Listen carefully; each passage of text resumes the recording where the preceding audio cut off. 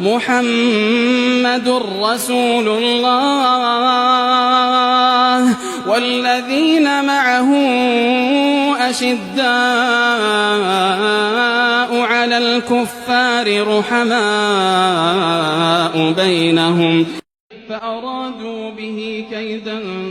فجعلناهم الأسفلين وقال إني ذاهب إلى ربي سيهدين رب هب لي من الصالحين فبشرناه بغلام حليم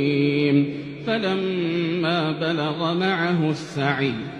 قال يا بني إني أرى في المنام أني أذبحك فانظر ماذا ترى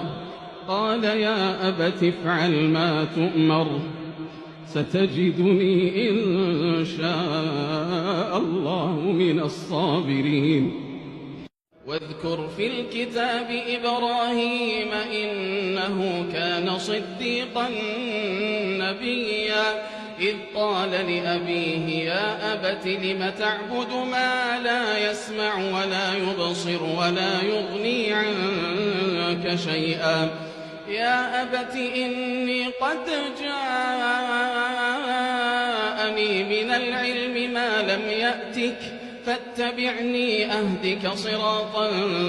سويا يا أبت لا تعبد الشيطان إن الشيطان كان للرحمن عصيا